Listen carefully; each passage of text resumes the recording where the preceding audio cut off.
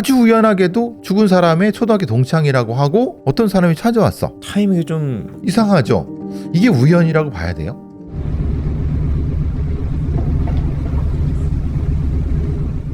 (2013년 9월 29일) 광주 남구에 있는 병원 응급실로 한 여성이 들어왔습니다. 나주시에서 LPG 가스 충전소를 운영 중인 44살의 김은희 씨였습니다. 당시 은희 씨는 뒷머리 부분에 많은 피를 흘렸고 의식이 없었습니다. 그녀를 대신하여 동행한 남자가 상황을 설명했습니다. 40km 정도로 달리고 있었던 중이었어요. 근데 글쎄 갑자기 그냥 은희 씨가 차문을 벌컥 열더니 밖으로 뛰어내렸어요. 대체 왜 그랬는지 모르겠어요. 이유를 모르겠다며 고개를 젓는 남성. 하지만 병원의 간호사는 은희 씨를 따라 병원을 찾아온 그 남자를 유심히 지켜봤습니다. 처음에는 절차를 위해서 환자와의 관계를 물어봤어요. 자기가 환자분 남편의 친구라고 했어요. 그래서 남편분 연락처를 여쭤봤는데 남편의 친구라면서 환자분 남편의 이름도 연락처도 잘 모르겠다고 하더라고요. 제가 당황스러워하고 있으니 그 사이에 말을 또 바꿨어요. 생각해보니 남편이 없다고 말이죠. 심지어 나중에 가서는 자신이 보호자라고 말하기까지 했어요. 이를 수상히 여긴 간호사는 경찰에 신고를 했고 곧 경찰이 출동해 남성에게 자세한 사고 상황에 대해 질문하기 시작했습니다. 남자의 주장에 따르면 사고 당일인 9월 29일 19시에서 19시 30분 사이 은희 씨는 함께 병원에 동행한 남성의 우쏘 승용차를 타고 이동 중이었습니다. 은희 씨는 뒷좌석에 앉아 있었다고 했습니다. 차가 가로등조차 하나 없는 외진길에 진입했을 때 그녀가 갑작스레 차에서 뛰어내렸습니다. 실제로 해당 지점 도로에는 혈흔이 남아 있었습니다. 근데 차량의 진행도로가 아닌 반대 방향의 차선에서 혈흔이 시작됐어요. 중앙선을 넘어 시작된 혈흔이 차량 진행도로로 사선으로 형성되어 있었습니다. 그녀는 어째서 차에서 떨어졌을까? 그리고 중앙선을 가로지르며 나 있는 이상한 핏자국은 무엇을 말하고 있는 걸까? 하지만 은희 씨는 그 대답을 할 수 없었습니다. 같은 날인 29일 23시 55분 치료를 받던 그녀는 광주 동구병원에서 외상성 지주막하 출혈 및 뇌 자상으로 사망하고 말았습니다. 애엄마 소식을 듣고 제일 먼저 걱정이 된 건 그 집 애들이었어요. 불과 몇 달도 안 됐다고요. 그 집 애아빠가 돌아가셨다는 게. 그런데 이렇게 갑작스럽게 남편에 이어서 아내까지 사고를 당했다고 하니까 아이들 걱정도 되고 대체 그 집에 무슨 일이 벌어지고 있는 걸까 싶었죠. 은희 씨의 죽음 이전에 벌어졌다는 또 다른 사건. 그녀의 남편 또한 얼마 전 꺼림칙한 죽음을 맞았다는 이야기였습니다. 한 가정에서 연달아 벌어진 갑작스러운 죽음과 남겨진 아이들. 대체 은희 씨의 집에서 무슨 일이 벌어지고 있었던 것일까?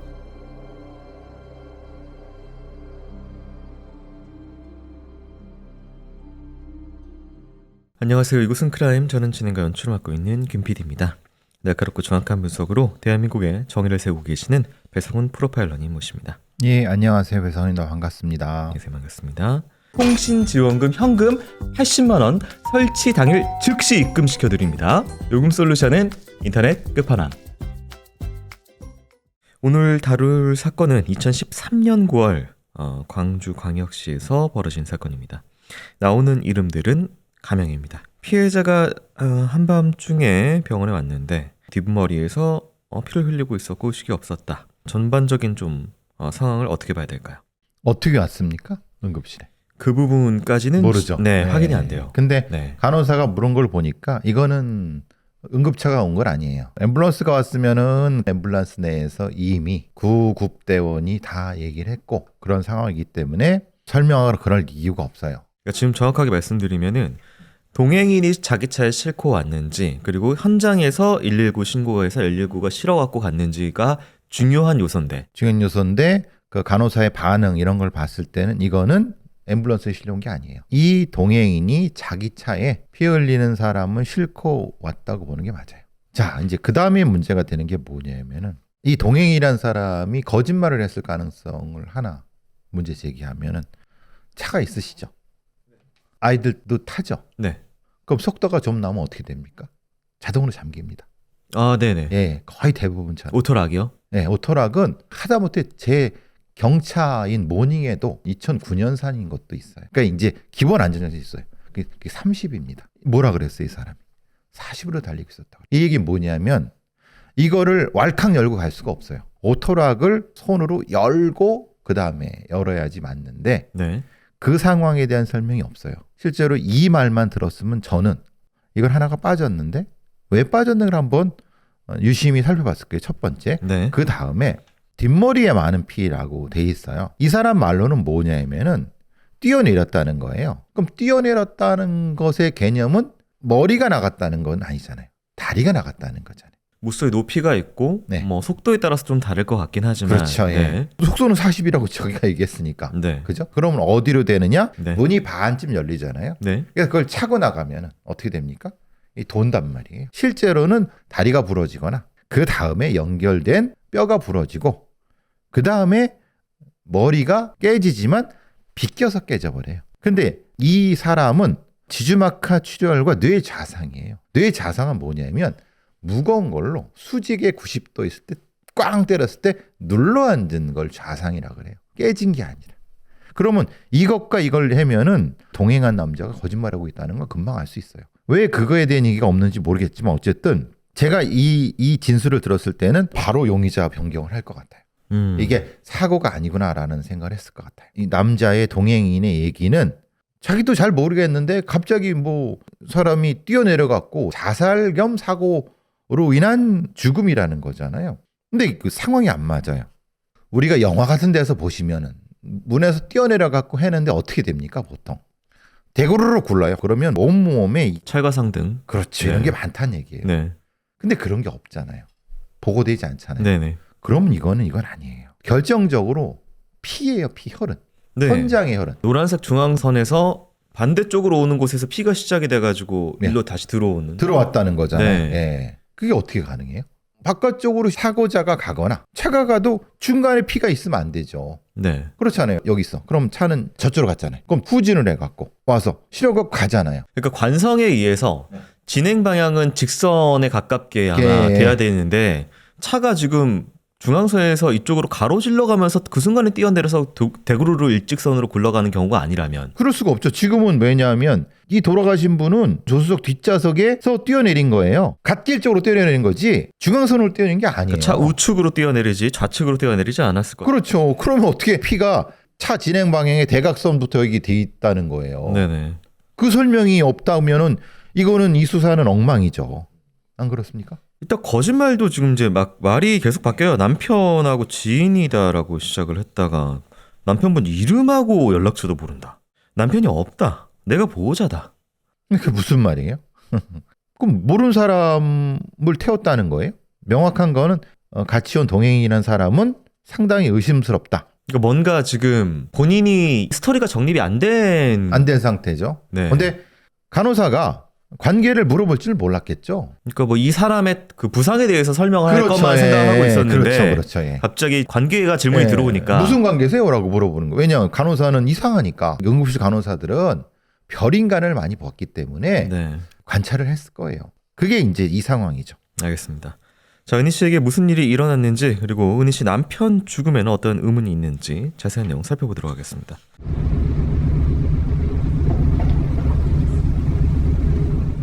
은희 씨의 죽음으로부터 시작된 경찰의 수사는 꼬리를 물어가며 또 다른 의문점을 남겼습니다.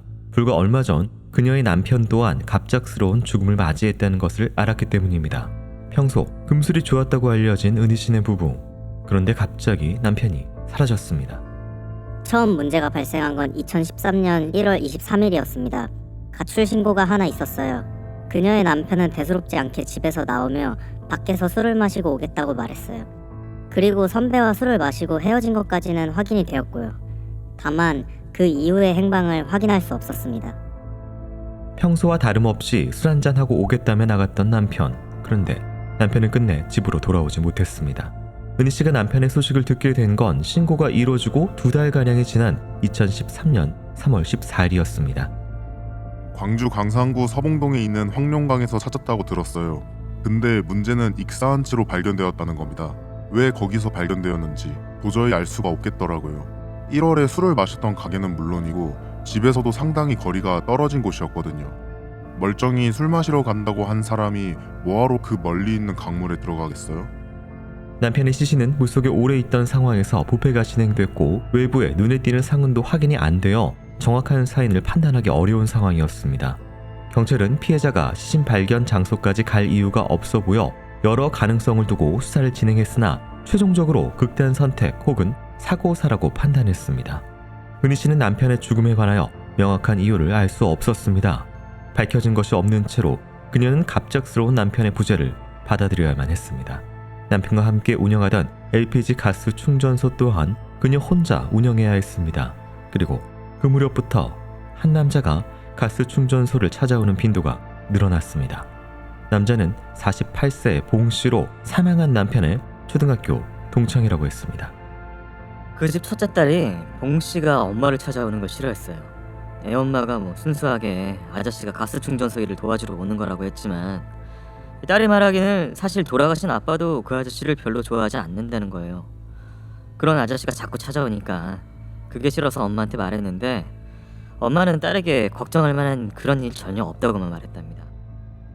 봉 씨는 혼자 일하는 은희 씨를 돕겠다며 가스 충전소의 잡일을 도왔습니다. 은희 씨와 봉 씨는 서로 존댓말을 하는 사이였습니다. 그녀는 큰딸의 우려대로 남편의 친구와 적당한 거리를 두는 듯 했습니다. 그리고 6개월이 지났을 무렵 그 일이 벌어졌습니다. 봉 씨가 김은희 씨에게 메시지를 하나 보냈더라고요. 9월 23일 19시 8분 착신 기록이 있었어요.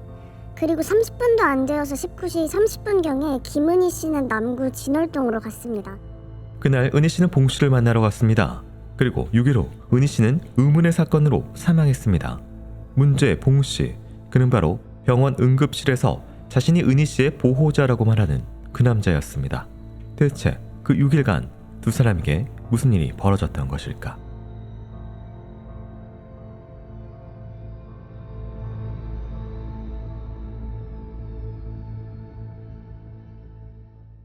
박찬욱 감독 영화의 스토커 같은 경우도 그렇고 갑작스러운 죽음 뒤에 찾아오는 사람이 나오는데 하필 그때 남편의 죽음도 좀 석연치 않은데 지금 동창이라고 하는 남자가 나타나고 그 사람이랑 이제 같이 있다 결국 그 사람이 싣고 왔습니다. 이런 상황인데요. 일단 남편의 사건 갑자기 황룡강에서 발견이 됐습니다. 2달 뒤에. 정황도 없고 동기도 없고 거리도 뭔가 좀 이상하고 이거 어떻게 봐야 될까요? 그런데 자살로 처리했어요. 자살 혹은 사고사다 그러고 그냥 네. 정리했습니다. 이게 말이 됩니까? 많은 분들이 착각하고 계시는 게 변사 사건이 나면은 대부분 다 죽음의 원인을 찾을 거라고 생각하는데 그건 천만의 말씀입니다. 이게 물론 13년 전의 얘기죠. 2013년이니까 굉장히 억울하죠. 경찰을 믿고 수사기관을 믿고 맡겨놨는데 아무런 증거를 못 찾은 거 아니에요. 그러니까 그냥 자살이라고 처리해버린 거예요. 자살 혹은 사고사. 그럼 사고라고 하면 어떻게 사고가 났는지에 대한 설명이 필요하잖아요. 황룡강에서 찾았는데 어떻게 익사가 됐는지에 대한 설명이 없어요. 1월이면 굉장히 물이 찰 거고 그리고 술 마신 가게랑도 굉장히 좀 그렇죠. 걸어가기도 애매한 먼 거리였고 아니 1월에 다 얼은 강에 거기서 얼어 죽었다. 설명을 해야 되는데 설명이 없어요. 물에 빠져갖고 그냥 있었는지 아니면 거꾸로 어디서 죽었는데 갖다가 던진 건지 그 설명을 안 하고 자살이라고 하면은 그 이 사건 기록은 도대체 어디서 어떻게 확인해야 될까? 이게 참 답답한 거죠. 그러니까 이런 억울한 죽음도 있을 수 있어요. 남편의 사건 관련된 것은 두 곳에 그 한 줄씩만 나와 있습니다. 판결문에 죽었다라는 것하고 기사 하나에 경찰이 모든 가능성을 열어두고 수사를 하고 있다. 이 두 개만 있고 그 외에 디테일한 아무런 정보가 그러니까요. 없습니다. 어쨌든 왜 이게 연결되는가? 하필 이 사람은 적지 않은 이권을 가지고 LPG 충전소를 운영했어요. 네. 사실 아시다시피 LPG 충전소는 2013년도에서도 최소한 몇 억은 있어야지 할 수 있는 거예요. 근데 아주 우연하게도 죽은 사람의 초등학교 동창이라고 하고 어떤 사람이 찾아왔어. 그리고 별로 달갑지는 않지만 뭐 그냥 알바해주겠다고 하면서 이런 사람이야. 이게 우연이라고 봐야 돼요? 타이밍이 좀 이상하죠. 네. 이럴 수 있죠. 왔다 갔다 사람이 죽었네. 근데 여기 보니까 여자 혼자네. 어떻게 해볼까? 라고 이럴 수도 있는 거고. 아예 최악은 그 남편을 죽인 놈이 와서 이럴 수도 있는 거고. 이 가능성은 여러 가지 가능성이 있을 수 있어요. 지금 이제 사망한 남편 같은 경우에는 이 봉씨라고 하는 48세 새로 나타난 남자를 별로 좋아하지 않았다라는 이야기를 큰딸의 진술로 확인할 수 있었습니다. 예, 근데 어쨌든 본인은 갑자기 나타나서 계속 그냥- 일을 도와줬고 딸은 좀 싫어했다. 그러니까 이제 알바 하겠다고 하니까 네. 굳이 뭐 내칠 이유도 없잖아요. 알바생 구하는 것처럼 하는 거니까 네. 이렇게 된 것 같은데 그러기엔 너무 결과가 너무 네. 심각하죠. 예. 9월 23일 날 연락을 받고 30분도 안 돼서 나갔습니다. 그러고 나서 6일 뒤에 사망을 한, 그 전까지 존댓말 쓰는 관계였고 따로 뭐 이렇게 딱히 만남을 갖고 이렇게 한 거리를 두고 있는 상황이었는데, 나가서 뭐 만난 이후에 되게 빨리 이게 뭐가 됐으면은 수사 방향은 사실 이제 좀 포커스가 되는 부분이 있을 것 당연히 같은데요. 그렇죠. 그러니까 이게 참 안타까운 게 시체로 발견됐으면은 부검실로 가는 거예요. 근데 그 응급실로 가버리면은 치료를 하다가 증거를 다 놓쳐버려요. 이 사건도 의심스러운 사람이 죽어가는 사람은 싫고 응급실로 와서 치료하갖고 뭐 하는 과정에 그날 오후에 돌아가셨어요. 그럼 증거가 어떻게 됐을까요? 이게 참 안타까운 거예요. 이게 지금 봐도 되게 이상한 사건인데 그러면 이때쯤에 뭔가 수사가 진행되면서 했어야 되는데 너무 늦은 것 같다는 느낌도 들고, 어쨌든 돌아가신 은희 씨는 40에서 뛰어내렸다고 하는데 그에게 뛰어내렸다는 게 그럼 자살이란 얘기예요? 근데 40km로 가는 차에서 뛰어내려서 자살하는 사람이 어디 있습니까? 그게 아니라 뭔가 차 안에서 위협을 느껴서 도망가려고 문을 열고 황급하게 저희 군무원 사건 예전에 그런 있었죠. 형태처럼 예. 그런 건 가능하죠. 자, 불과 6개월 전 남편과 사별을 겪은 은희 씨, 그리고 그런 그녀 옆을 배회한인 봉 씨. 두 사람이 만난 23일부터 6일간 어떤 일들이 있었는지 이 수사 내용 살펴보도록 하겠습니다.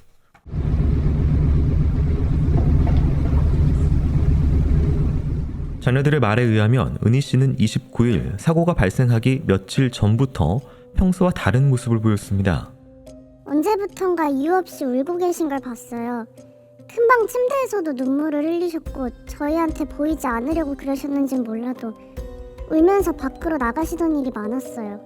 생각해보면 그 월요일 이후부터 힘들어하셨던 것 같아요. 자녀들이 말하는 월요일은 9월 23일이었습니다.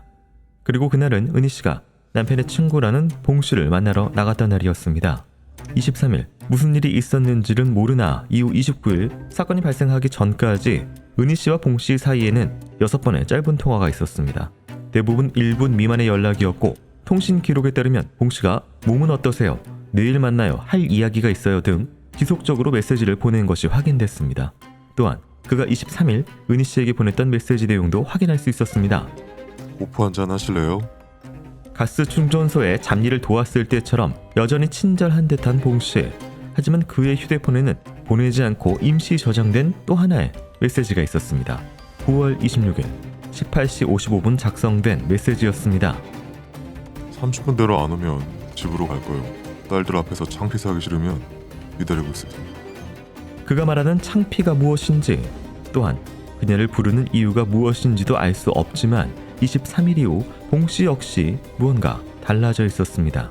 그렇다면 사건 당일엔 무슨 일이 있었을까? 그날 저녁 은희 씨는 자녀들에게 세탁물을 찾아오겠다며 외출했습니다.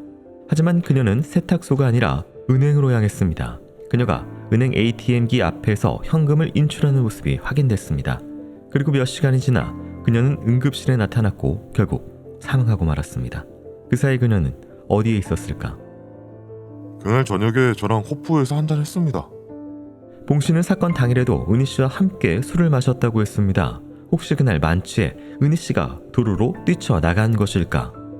은희는 말수도 적었고 술을 즐겨 마시는 사람이 아니었어요. 맥주 한 잔 정도를 마시면 술 마시는 걸 멈췄거든요. 술이 약한 편이었고요. 그렇다고 술을 마셨다고 해서 특별히 언행에 변화가 있거나 그런 애는 아니었어요. 30여 분간 술을 마신 두 사람은 봉 씨의 차를 타고 이동했다고 했습니다. 봉 씨의 말에 따르면 은희 씨의 가스 충전소에 우편물이 쌓여 있으니 그걸 가지러 가기 위함이었다고 했습니다. 하지만 사건 당일 은희 씨의 혈흔이 남은 장소는 두 사람이 머물던 호프집에서 곧장 가스 충전소를 향하는 길이 아니었습니다. 광주 남구에서 나주에 위치한 은희 씨의 가스 충전소를 향하는 길은 위쪽 도로를 이용하는 것이 보편적이었습니다. 하지만 봉 씨의 차량은 인적이 드물고 가로등마저 없는 우회 도로로 향했습니다. 은희 씨도 알고 있는 길이었어요. 죽은 남편의 지인이 그 방향에 살았으니까 종종 돌아서 가기도 했을 거예요. 시간이 조금 더 걸리고 돌아가는 길이라 그렇지 그 길도 가스 충전소로 향하는 길이었다고요. 우회 도로로 진입하고 얼마 채 되지 않았을 때 아무런 징조 없이 갑작스럽게 은희 씨가 차문을 열고 뛰어내렸다는 봉 씨. 과연 어디까지가 진실일까?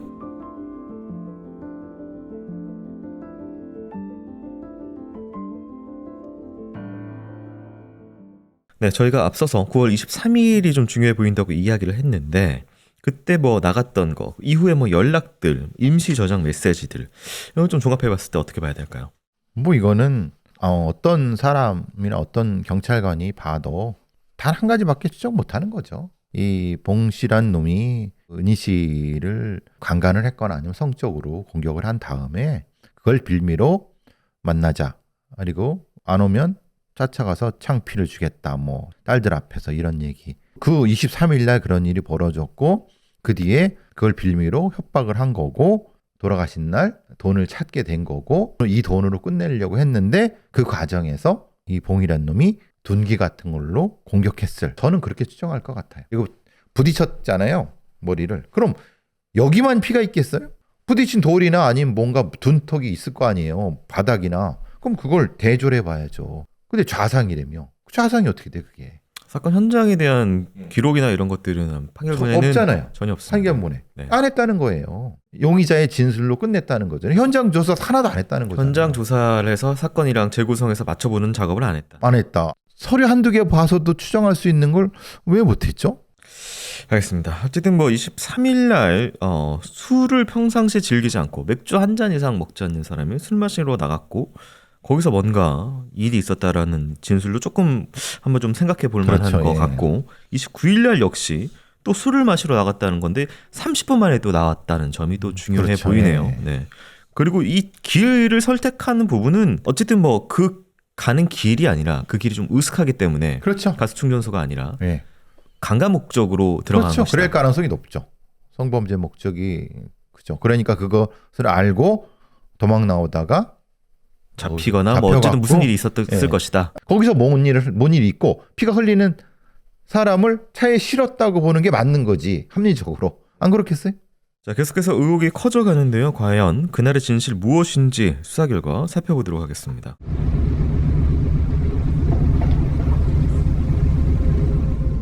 사건을 수사하던 경찰은 혈흔 외에 또 다른 흔적을 발견했습니다. 봉 씨의 무쏘 차량 뒷좌석에서 은희 씨의 음모가 발견됐습니다. 이를 통해 문제의 시작이 되는 9월 23일 월요일에 대한 경찰의 신문은 강해졌습니다. 월요일, 봉 씨는 광주 남구에 있는 호프집에서 은희 씨와 2시간 40분가량 함께 술을 마셨다고 했습니다. 그리고 광주 서구에 있는 노래방으로 장소를 옮겨 자정까지 8병 이상의 맥주를 나눠 마셨다고 진술했습니다. 평소 맥주 한 잔만을 마신다던 은희 씨가 유독 그날 그렇게나 많은 술을 마신 이유는 무엇일까? 그리고 그녀의 과음 외에도 해소되지 않는 의문이 더 있었습니다. 선생님, 제가요 수년간 빠짐없이 영업 장부를 작성해 왔어요. 손님이 왔다 가면 전부 이 장부에다가 기록해 왔다고요. 근데 말씀하시는 23일 월요일에는 보시다시피 단체 손님만 있었다고 기록되어 있잖아요. 보시면 그 커플 손님이 왔다 가셨다는 방에는 아무런 기록도 남아있질 않아요. 봉 씨의 진술과는 달리 노래방에는 월요일 그들이 다녀간 기록이 없었습니다. 두 사람이 노래방에 가지 않았다면 그 공백의 시간 동안 무슨 일이 있었을까? 봉 씨는 노래방을 다녀온 다음 광주 남구의 한 공터에 차량을 세웠다고 했습니다. 그는 단순히 술에서 깨기 위해 그곳에 주차했다고 말했습니다. 그러나 사망한 은희 씨의 차내에서 봉 씨의 체액이 검출되었다는 결과가 확인되자 봉 씨는 진술을 바꿨습니다. 남녀가 술에 취하고 한 공간에 함께 있으니까 뭐 어쩌다 보니까 자연스럽게 관계를 가졌습니다. 봉 씨는 술에 취해 몸을 가누지 못하는 은희 씨가 있는 뒷좌석으로 이동했다고 했습니다. 은희 씨가 왜 이러세요? 이러시면 안 돼요라며 거부 의사를 표현했습니다. 하지만 봉 씨는 그런 말을 그냥 하는 말로 생각했다며 한거불능 상태인 은희 씨의 바지와 속옷을 강제로 벗기고 성폭행했습니다. 그날 이후 봉 씨는 은희 씨에게 지속적으로 문자 등 연락했으나 은희 씨는 네, 망운가요? 애들 때문에 갈 수 없어요 등 단답을 하며 봉 씨를 피하는 모습을 보였습니다. 그런데 어찌된 일인지 29일이 되었을 때 두 사람은 다시 만났습니다. 둘은 다시 술집에서 만났고 30분 만에 나와 같은 차를 탔습니다. 봉 씨는 40km 속도 달리던 중에 김은희 씨가 뛰어내렸다고 말했어요. 실제로 그 의회도로라 부르는 도로를 확인해 보면요. 봉 씨가 방향을 튼 사거리 교차로에서 사고 지점은 500m 거리입니다. 소요 시간은 1분 30초쯤 되고요. 그 사이 동안 언덕을 지나서 내리막길 끝 지점에는 또 철길이 있어요. 철길을 지나도 방지턱이 나타나고 또 몇 미터 뒤에 또 다른 방지턱이 나타나거든요. 철길과 연이은 방지턱 때문에 시속 50km 이상은 내기 어렵죠. 도로의 특징을 생각하면 느긋한 속도로 진행해야 했을 무쏘는 중앙선을 넘은 상태로 돌연 은희 씨가 추락했고 핏자국은 다시 중앙선을 넘어 진행 도로로 이어졌습니다. 사망한 은희 씨의 질 안에서 봉 씨의 책은 언제 남게 된 것일까? 봉 씨의 말은 신뢰하기 어려운 상황에서 진행된 1심. 하지만 1심의 결과에 유족들은 충격을 받고 무너질 수밖에 없었습니다.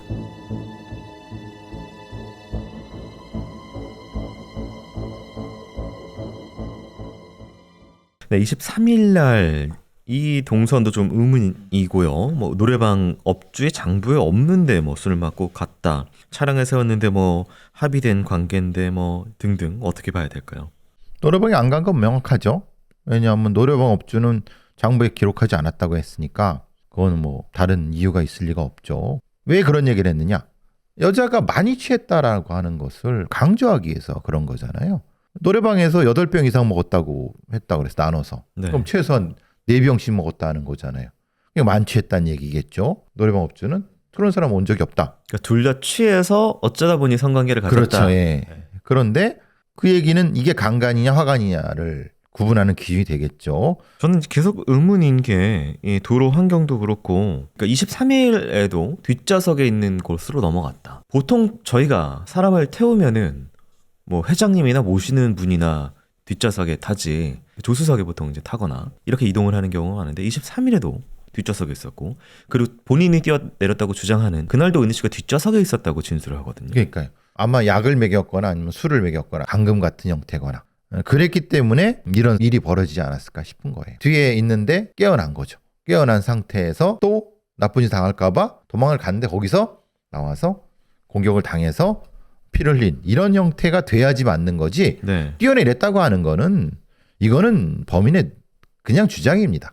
29일 날 이 같이 차를 탔다는 것 자체도 저는 의문인 게 그 무쏘거든요. 23일 날 본인이 강간당한 그 무쏘에 그 뒷자리에 똑같은 뒷자리에 또 탄다 자의로.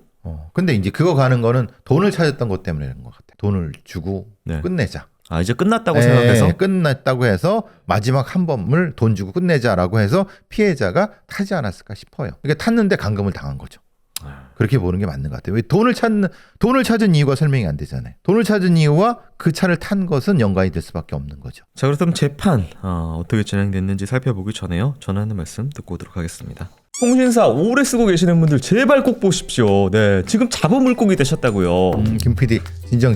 와. 제가 너무 안타까워서 그렇죠. 여러분 지금 사용하시는 거 꼭 필요한 요금제신가요? 혹시 아주 예전에 느린 속도로 가입하고 비싼 요금 내고 계신가요? 인터넷 끝판왕에서 해결해 드립니다. 인터넷, 핸드폰, 가족 결합 등 최적의 가성비 요금제로 만들어드리면서요. 통신지원금 현금 80만 원 설치 당일 즉시 입금시켜드립니다. 이 80만 원 안 받으면 나만 손해보는 겁니다. 80만 원 지원금에 합리적 요금 설계로 결합 할인해서 최대 72만 원까지 더 챙겨드립니다.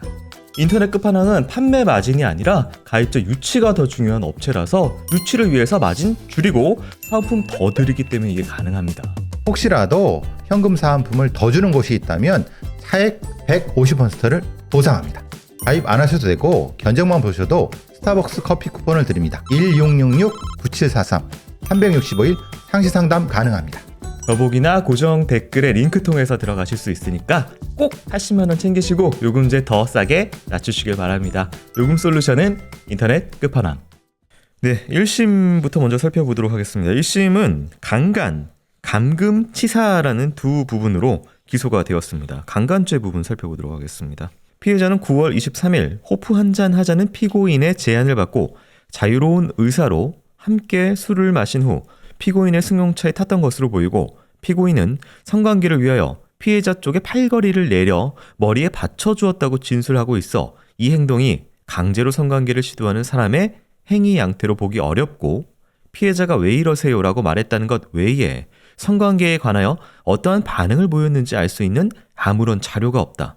직접 증거가 없고 정황 증거만 있는 이 사건에서 피고인의 진술이 신빙성이 부족하다는 사정만으로 죄의 성립을 보기 어렵다. 강간죄 무죄가 나왔고요. 감금치사입니다. 피해자가 평소에도 사거리 입구에서 좌회전해 가스 충전소로 가는 길을 이미 알고 있었고 가스 충전소로 갈 때까지 피고인이 피해자에게 사과하는 모습을 보인 것으로 보아 피고인이 우회 도로로 운전하여 갔다는 사정만으로 피해자가 다시 강간당하리라 위험을 느꼈을 것으로는 보이지 않고 안타깝게도 피해자가 사망하여 피해자의 진술을 들을 수 없는 이 사건에서 피해자가 피고인에게 차량 운행을 멈추라거나 차에서 내려달라는 요구를 하였는지에 관하여 알 수 있는 아무런 자료가 없고 피해자는 습관적으로 무쏘 승용차의 뒷좌석에 탔고 사건 당일에도 뒷좌석에 있어 스스로 무쏘 승용차의 잠금 장치를 열 수 있었으며 추락 장소는 철로를 통과한 직후이고 방지턱이 2개 있어 속도가 0에 가깝게 줄어드는 구간 직후로 피해자가 속도가 줄어드는 것을 느끼고 안전하다고 생각하여 아무런 하차 요구 없이 스스로 뛰어내렸을 가능성도 배제할 수 없는 등의 사정에 종합하여 보면 감금죄를 인정할 증거가 없는 이상 감금죄의 성립을 전제로 하는 감금취사죄 또한 이를 인정할 수가 없다. 종합적으로 무죄가 선고가 됐습니다. 그리고 2심에서 강간죄만 유죄로 중강간죄로 인정해서 징역 3년이 선고가 돼서 징역 3년이 최종 선고가 되고 결국 치사죄, 강간치사죄는 무죄가 선고됐습니다. 제가 늘 말씀 것처럼 현장에 있는 증거, 크라임 리컨스트럭션 다 무시된 사건이. 핵심적인 거는 본인이 뛰어내렸다는 거잖아요. 그거는 변하지 않는 진실처럼 여기 기재가 돼 있어요. 그럼 뛰어내렸다고 하면 몸에 남은 뭐가 있어야 되는 거 그걸 확인했어야죠.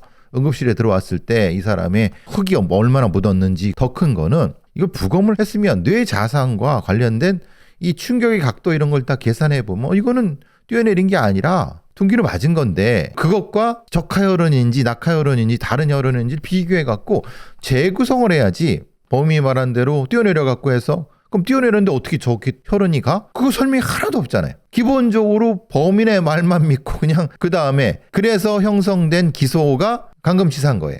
왜? 감금치사는 뭐냐? 뛰어내렸다는 걸 전제한 거예요. 그러니까 문이 잠겼다는 전제하에서 문을 열고 뛰어내렸다는 걸 하기 때문에 아무 의미 없는 수사를 하고 재판을 해버렸으니 무죄가 나오는 건 되게 당연한 거고 강간죄 부분이 그나마 유죄가 나온 건 범인이 말 실수를 한 거예요. 뭐라고 했냐면 왜 이러세요? 그렇죠. 이걸 했다고 한 거예요. 네. 그 말을 안 했다고 하면 이거 강간죄도 성립이 안 돼요. 왜냐? 그런 얘기를 안 했고 그냥 아무 말 없이 합의해서 성행을 따라가 버리면 이것도 여기서 문제가 되는 건 1심 판사들의 뭐 팔걸이 쪽 내려주고 받쳐주고 지들끼리 그냥 웃기고 있는 거죠. 이게 말 같지도 않은 소리고 이 행위태양을 이걸 해석하는 건 다 뇌피셜이잖아요. 증거가 어디 있어요 여기에. 물적 증거가 그냥 머리 받쳐주는 거 정도 빼고는 그럼 증거를 왜 안 찾았는지 난 이해를 못 하겠어요. 이 증거가. 머리 받침도 그냥 범인이 내가 머리를 받쳐줬다라고 얘기한 걸 가지고 그건 팩트니까 이거는 강간이 아니다라고 그렇죠. 이 진술을 팩트로 인정한 그렇죠. 판단이잖아요. 예. 네. 이것 너무 그러니까 너무 웃기잖아요.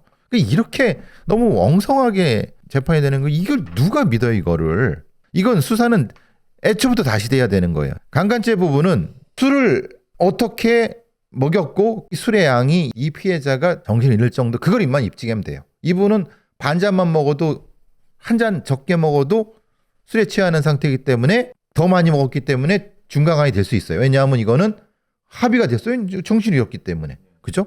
그럼 중강간죄로 가야 되는 게 맞는 거죠. 그 다음에 돌아가실 때의 뇌자상, 사건 현장, 그리고 도구, 그 다음에 그 과정에서의 어떤 그 물리적인 법칙, 이거를 설명을 해야지 그냥 진술 가지고 맞춰갖고 참. 진례의 정액이 사후에 이제 어쨌든 이제 또 발견이 됐다라는 부분이 지금 이제 본인의 이야기에 따르면 그러니까 두 번의 만남이 있습니다. 23일, 네. 29일인데 29일에 정액이 23일께 아니 그건 안 되죠. 일주일이 넘어는 건 있을 수가 없죠. 그러면 9일 29일에도 날도 강간을 당한 했다. 거예요. 예, 강간 당하고 거기서 아랫길로 간 이유는 거기 차가 안 다녀요. 네. 그러니까 강간한 거죠. 그 과정에서 도망 나온 거라고 보는 게 맞아요. 네. 그 쫓아가서 공격하고 뭐 예를 들면 바닥에 머리를 이렇게 그랬거나 뭘 한 거예요. 근데 이거는 뇌 자상이기 때문에 무언가로 머리를 쳤어요. 그래 눌려진 거예요. 네. 눌려졌기 때문에 이만큼 퍽 들어갔다는 얘기 쉽게 말하면은. 네. 그리고 그 시신을 들고 와서 다시 채워갖고 이게 뛰어내린 거로 하자 하고 간 거예요. 끌고 온 게 이제 중앙선을 넘어서 이렇게 그럼요. 혈흔이 남아 있는. 그렇죠. 네. 이래야지 설명이 되는 건데 그 구성이 전혀 안 됐잖아요. 그래서 네. 무죄가 났습니다. 예, 다 무죄예요. 그리고 2심도 준강간죄로 3년 정도만 받고 끝난 거예요. 저희는 이제 이 억울함도 너무 억울함이지만 의도 자체도 뭐 물론 증명할 수 없지만 이 기묘한 남편의 죽음 이후에 등장한 이 그러니까요. 타이밍도 이상하고 아니 저는 거꾸로 왜 남편 수사가 이따위로 됐는지 전 도저히 이해를 못하겠어요. 아무리 2013년이라고 해도 아니 수사가 이렇게 엉망인 경우가 이게 말이 되나? 세세하게 근거도 안 줘요. 자살한 것 같아요. 그냥 그 공소권 없으면 한 줄이에요. 우리 생각하면 굉장히 자세하게 설명해 줄 것 같죠? 네. 그런 거 없어요. 그러니까 자기들이 범죄 혐의를 발견하지 못했으니까 그냥 자살 아니면 뭐겠죠. 예, 이렇게, 그렇게 처리한 네. 거예요. 종결해 버린 거예요. 네. 돌아가신 분은 말을 못했습니다. 진술을 못했기 때문에 범죄자의 진술만 있는데 이 애들만 그게 남았잖아요. 굉장히 아버지랑 어머니랑 6개월 차로 다 돌아가시고 예. 딸하고 자식들 이제 둘만 남은 예. 상황입니다. 돌아가신 분들의 명복을 빕니다. 그리고 아이들 좀 친인척들이 좀 벗었을 것 같긴 하지만 건강하게 또 굴하지 않고 잘 자라기를 바라봅니다. 교수님 오늘도 수고 많으셨습니다. 네, 수고하셨습니다.